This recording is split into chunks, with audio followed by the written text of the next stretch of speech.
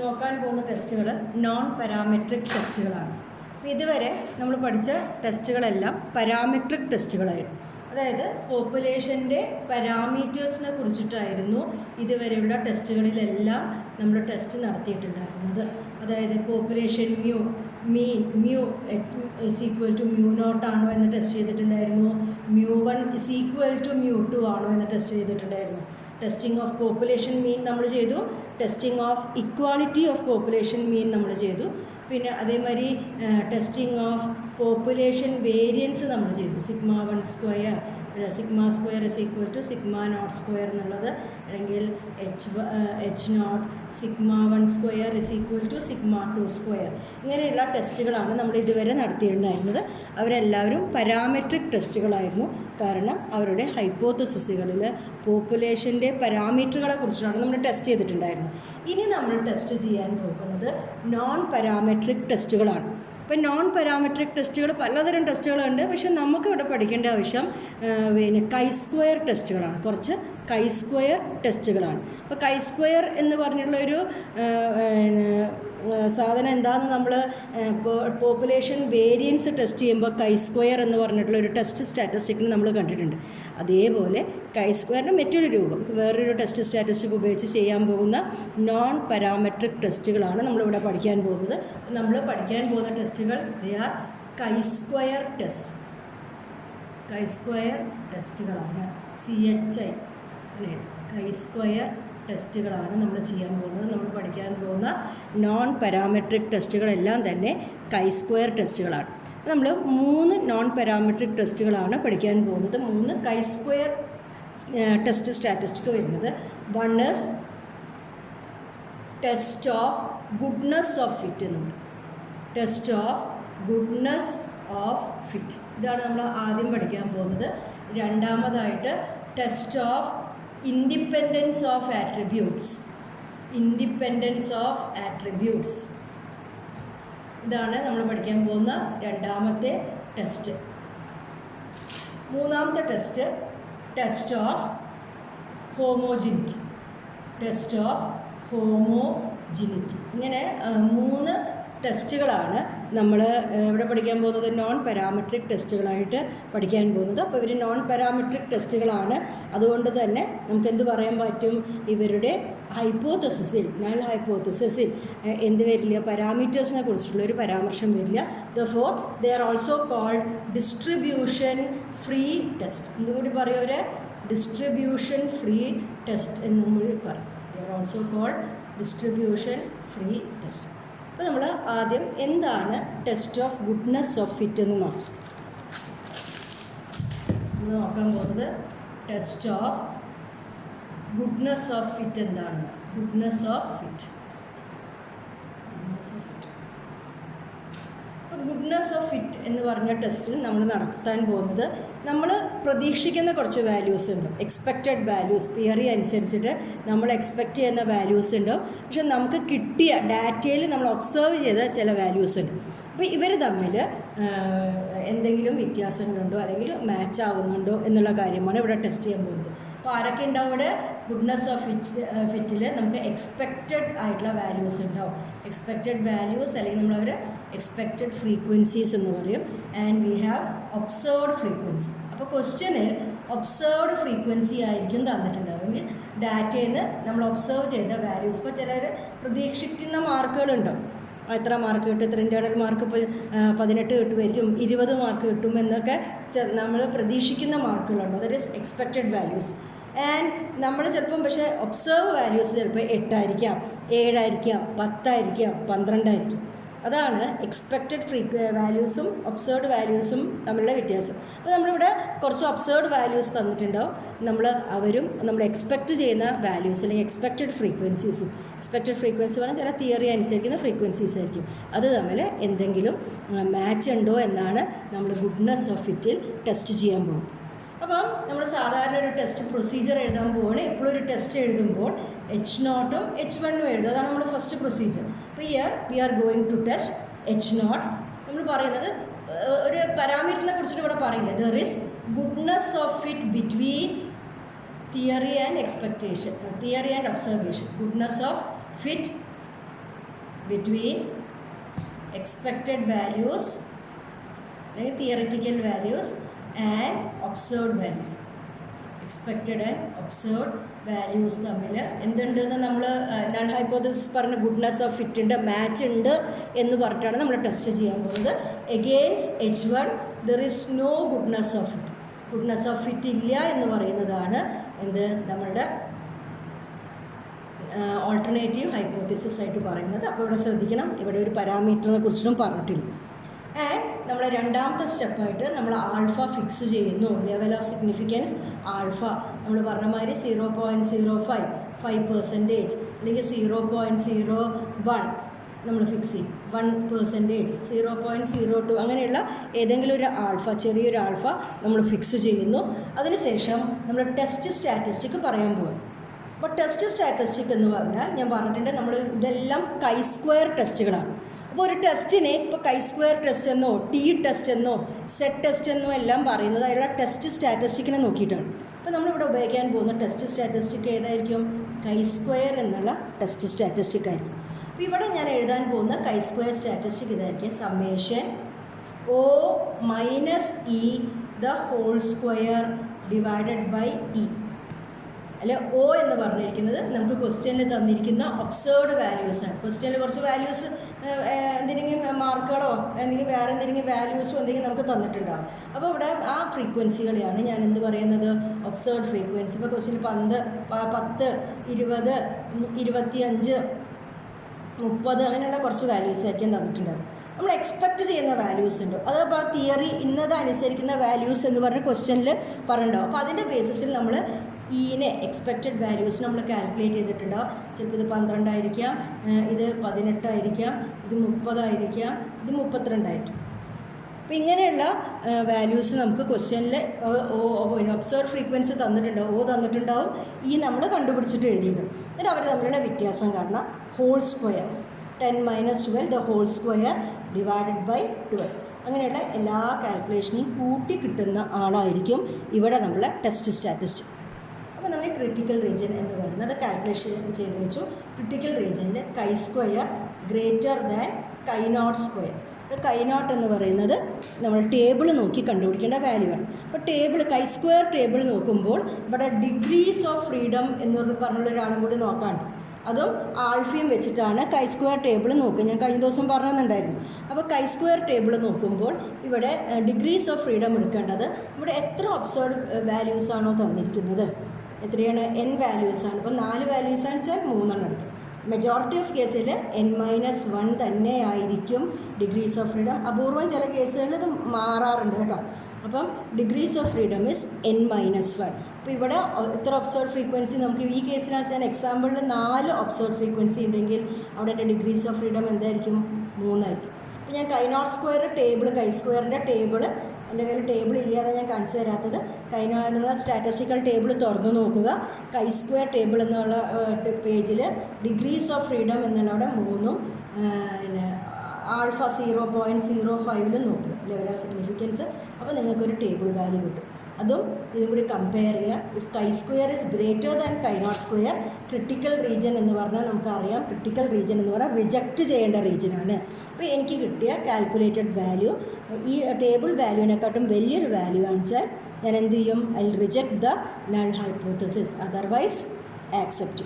അല്ലേ? ഇപ്പോൾ റിജക്റ്റ് ചെയ്യുക പറഞ്ഞാൽ ഗുഡ്നെസ് ഓഫ് ഫിറ്റ് ഇല്ല എന്ന് പറയും. ആക്സെപ്റ്റ് ചെയ്താൽ എന്താണ്? ഗുഡ്നെസ് ഓഫ് ഫിറ്റ് ഉണ്ട് എന്ന് പറയും. അപ്പോൾ ഇങ്ങനെയാണ് എന്ത് ചെയ്യാൻ പോകുന്നത്? Testing of goodness of fit ചെയ്യാൻ പോകുന്നത്. അടുത്തതായിട്ട് നമുക്കതിലൊരു എക്സാമ്പിൾ കാണാം. പ്രോബ്ലം ഞാൻ എഴുതി വെച്ചിട്ടുണ്ട്.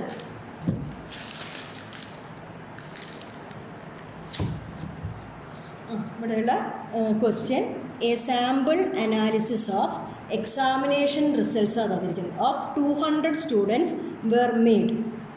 200 കുട്ടികളുടെ എക്സാമിനേഷൻ റിസൾട്ടിൻ്റെ അനാലിസിസ് ആണ് ചെയ്തിരിക്കുന്നത്.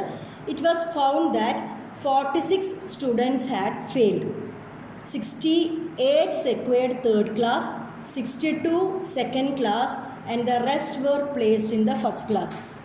Are these figures matches with the general examination results, which are in the ratio 2:3:3:2 for various categories? അതായത് ഇവിടെ കുറച്ച് വാല്യൂസ് കിട്ടിയിട്ടുണ്ട്, എത്ര പേര് തോറ്റിരിക്കുന്നു, എത്ര പേർക്ക് തേർഡ് ക്ലാസ് കിട്ടിയിട്ടുണ്ട്, സെക്കൻഡ് ക്ലാസ് കിട്ടിയിട്ടുണ്ട്, ഫസ്റ്റ് ക്ലാസ് കിട്ടിയിരിക്കുന്നു എന്നുള്ളൊരു ഡാറ്റയാണ് നമുക്കിവിടെ തന്നിരിക്കുന്നത്. അപ്പോൾ ഇതിൻ്റെ ബേസിസിൽ വേണം നമ്മൾ എന്ത് ചെയ്യാൻ വേണ്ടിയിട്ട്, ടെസ്റ്റിംഗ് നടത്താൻ വേണ്ടിയിട്ട്. അപ്പോൾ നമ്മൾ നോക്കി ഏതൊക്കെയാണ് ഒബ്സർവ്ഡ് വാല്യൂസ്. തന്നിരിക്കുന്ന വാല്യൂസാണ് ഒബ്സർവ്ഡ് വാല്യൂസ്. ആൻഡ് അവിടെ നമ്മൾ പ്രതീക്ഷിക്കുന്ന എക്സ്പെക്റ്റ് ചെയ്യുന്നത് ഏത് റേഷ്യോയിൽ വരണം എന്നാണ്, 2:3:3:2. അതാണ് ഇപ്പോൾ ക്വസ്റ്റ്യൻ. അപ്പോൾ ആദ്യം നമ്മൾ H0 എഴുതും. H0 എന്താ നമ്മൾ പ്രതീക്ഷിക്കുന്നത്, there is goodness of fit. Goodness of fit ഉണ്ട് എന്നാണ് നമ്മൾ പ്രതീക്ഷിക്കുന്നത്. Goodness of fit between observed and expected values എന്നാണ് നമ്മൾ H0 ആയിട്ട് എഴുതുന്നത്.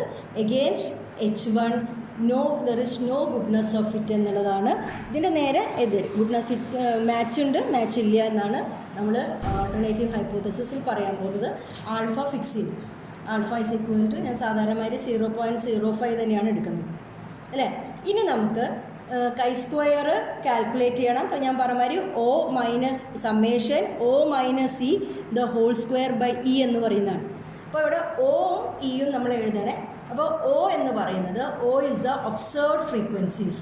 ഇവിടെ വാല്യൂസ് ഏതൊക്കെയാണ് കിട്ടിയിരിക്കുന്നത്, ഓരോ കുട്ടികളുടെ എണ്ണം 46 അല്ലേ.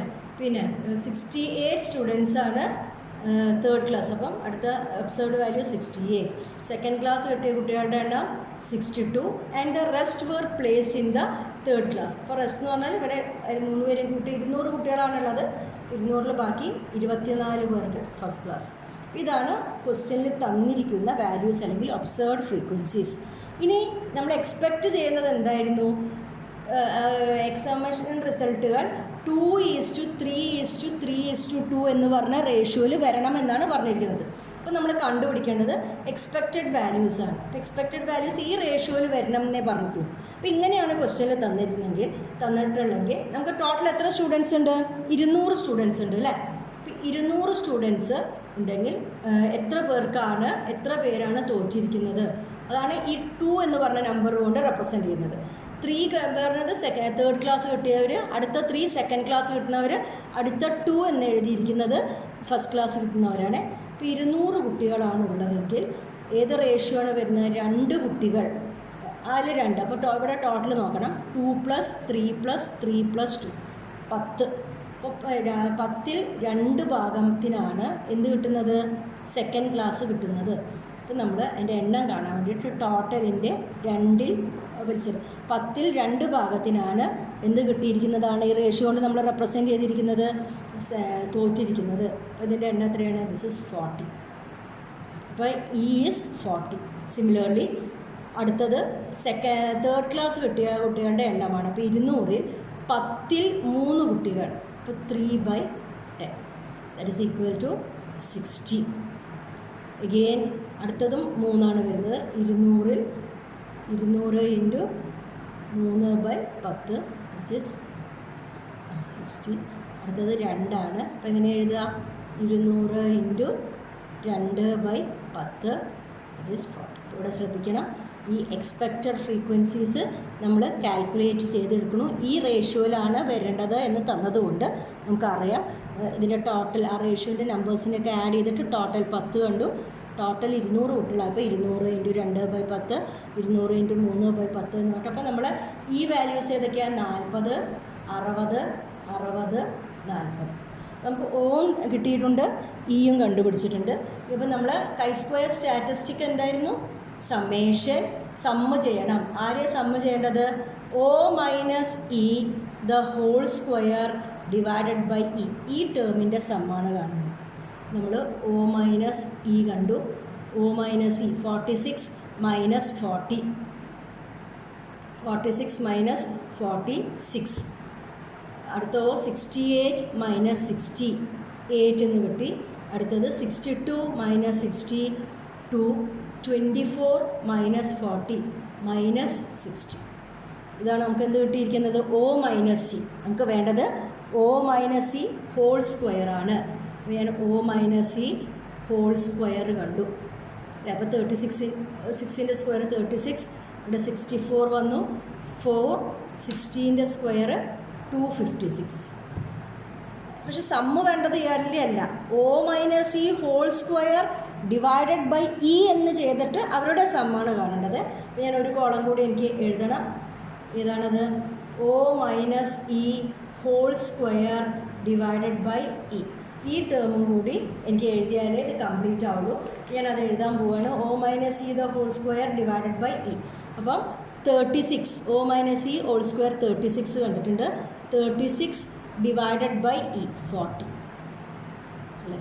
അപ്പോൾ ദ ആൻസർ ഈസ് 0.9.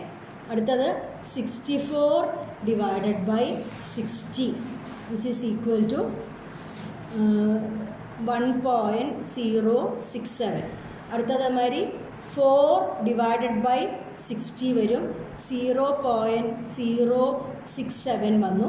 അടുത്തത് 256 ഡിവൈഡഡ് ബൈ 40 ആണ് വരുന്നത്. Answer is 6.4. അപ്പം നമ്മൾ ടെസ്റ്റ് സ്റ്റാറ്റിസ്റ്റിക് എന്ന് പറഞ്ഞാൽ O minus E the whole square divided by E ഇവരുടെ സമ്മാണ്. അപ്പോൾ ഇവരെ ആഡ് ചെയ്തപ്പോൾ കിട്ടിയിരിക്കുന്ന വാല്യൂ 8.43 ആണ്. അതായത് എൻ്റെ ടെസ്റ്റ് സ്റ്റാറ്റിസ്റ്റിക്കിൻ്റെ കാൽക്കുലേഷനാണ് ഞാൻ നടത്തിയത്. അപ്പോൾ ആഡ് ചെയ്തപ്പോൾ ഈ കിട്ടിയ value that is my test statistic 8.43. അപ്പോൾ കൈ സ്ക്വയർ ഈസ് 8.43. അപ്പോൾ ടെസ്റ്റ് സ്റ്റാറ്റിസ്റ്റിക് റെഡി ആയിട്ടുണ്ട്. ഇനി നമ്മൾ അടുത്തതായിട്ട് കണ്ടുപിടിക്കേണ്ടത് ക്രിട്ടിക്കൽ റീജിയനാണ്. ക്രിട്ടിക്കൽ റീജിയൻ പറഞ്ഞു കൈ square greater than chi not square എന്ന് പറഞ്ഞു. ഇപ്പോൾ ഈ ടേബിൾ വാല്യൂ ഞാൻ കൈ നോട്ട് സ്ക്വയർ എങ്ങനെയാണ് ഞാൻ കണ്ടുപിടിക്കേണ്ടത്? എത്രയാണ് അതിന് നോക്കേണ്ട ഡിഗ്രീസ് ഓഫ് ഫ്രീഡം? ഇവിടെ എത്ര വാല്യൂസാണ് നമുക്കുള്ളത്? നമുക്ക് 4 ഫ്രീക്വൻസീസാണ് തന്നിരിക്കുന്നത്. അപ്പോൾ n ആണെന്ന് വെച്ചാൽ n-1 ആണ് എടുക്കേണ്ടത്. 4 എടുത്തപ്പോൾ ഞാൻ ഡിഗ്രീസ് ഓഫ് ഫ്രീഡം എത്രയാണ് എടുത്തത്? 3 എടുത്തു. കോമ ആൾഫ എടുക്കണം. നമ്മൾ ഫിക്സ് ചെയ്ത ആൾഫ 0.05 ആണ്. ഇത് വെച്ചിട്ട് കൈ സ്ക്വയർ ടേബിൾ തുറന്ന് നിങ്ങൾ നോക്കണം.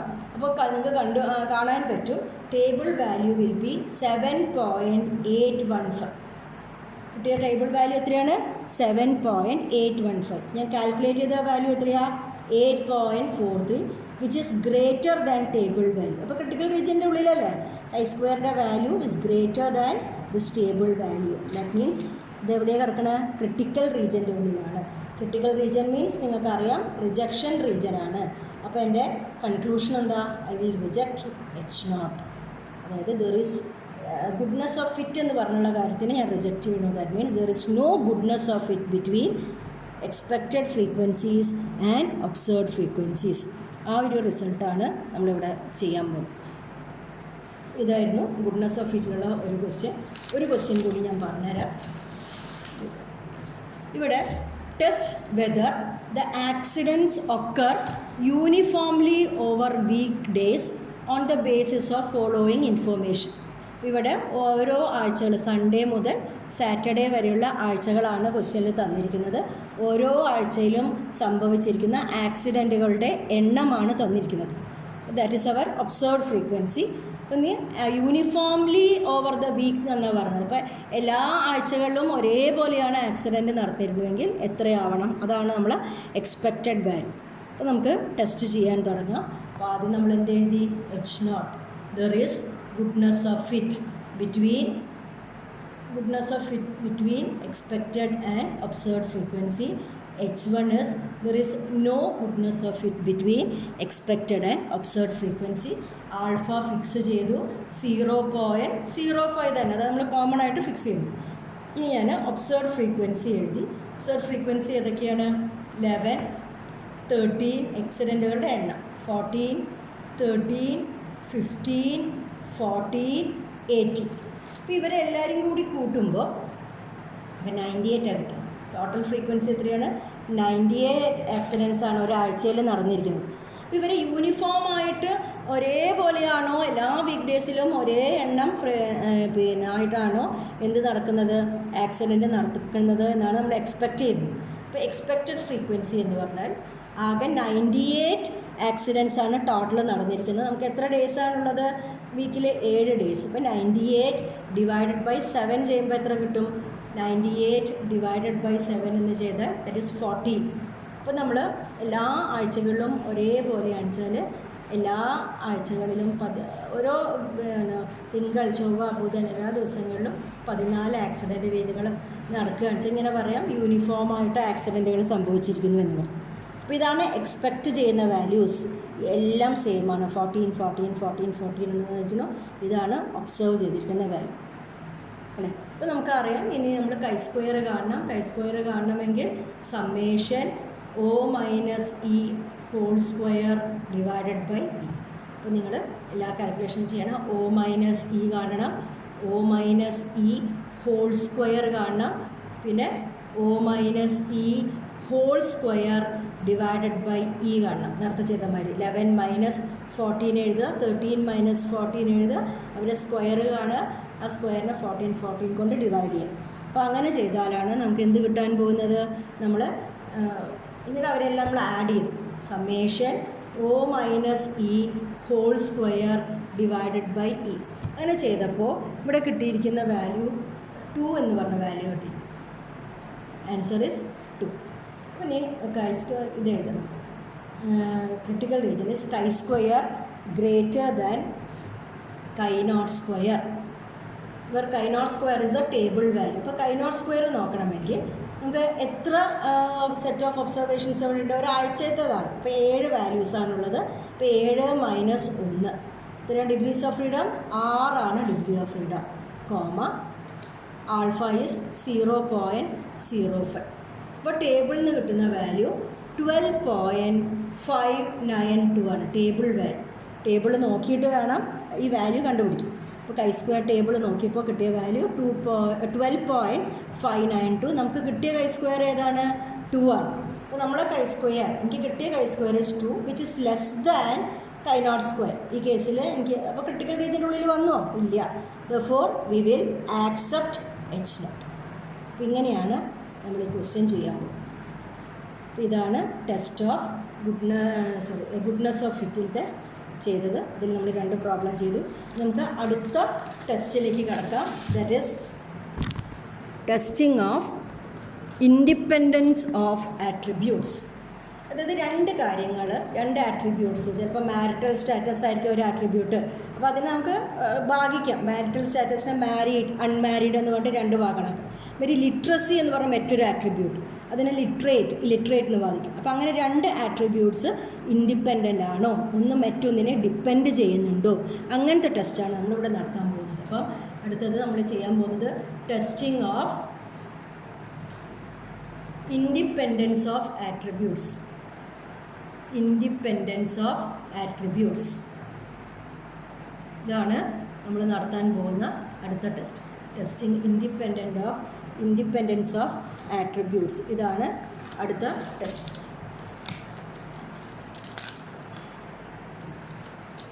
ഇവിടെ നമ്മൾ നടത്താൻ പോകുന്നത് H0. The attributes R independent എന്ന് വിചാരിച്ചിട്ടാണ് നമ്മൾ ടെസ്റ്റ് ചെയ്യാൻ പോകുന്നത്. അപ്പം ദ ആട്രിബ്യൂട്ട്സ് ആർ ഇൻഡിപെൻഡൻറ്റ് എന്നാണ് നമ്മൾ H0 പറയാൻ പോകുന്നത്. And H1 is the attributes are not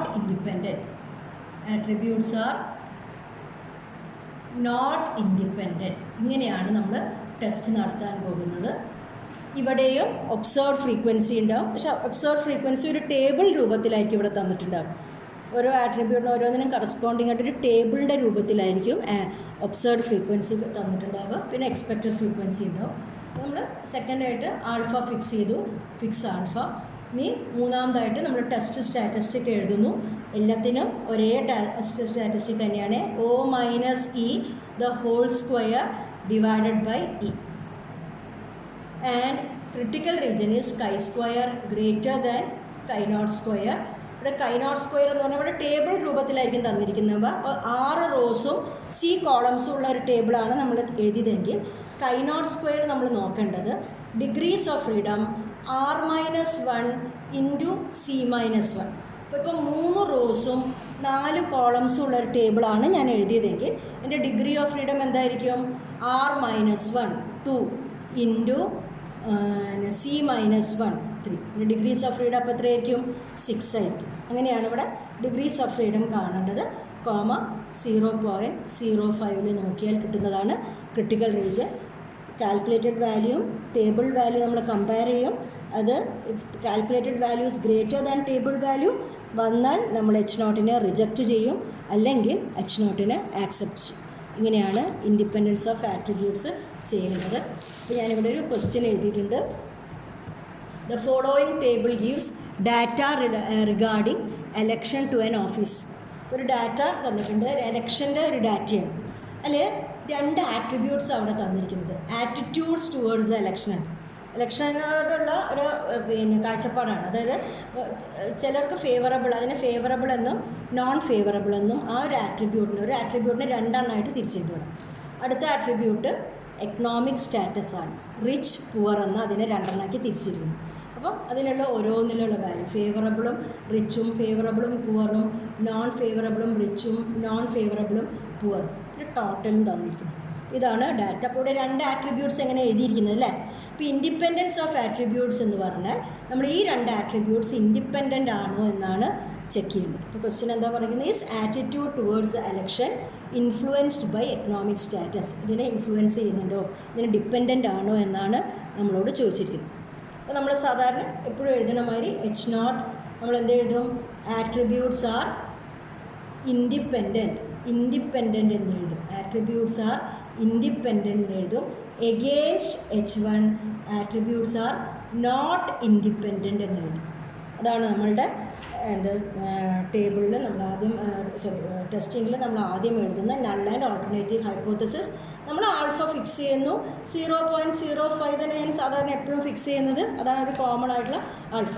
ഇനി ഞാൻ ക്വസ്റ്റ്യനിൽ ഈ തന്നിരിക്കുന്ന വാല്യൂസൊക്കെ ഉണ്ടല്ലോ, ഈ ബോഡിയിലുള്ള 50, 155, 90, 110, these are our observed frequency.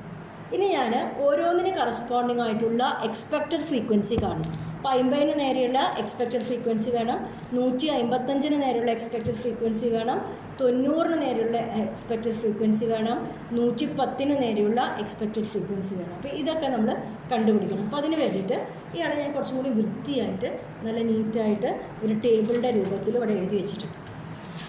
ഇവിടെ ഞാൻ ഈ ടേബിളിൻ്റെ രൂപത്തിലാണ് എഴുതി വെച്ചിരിക്കുന്നത്.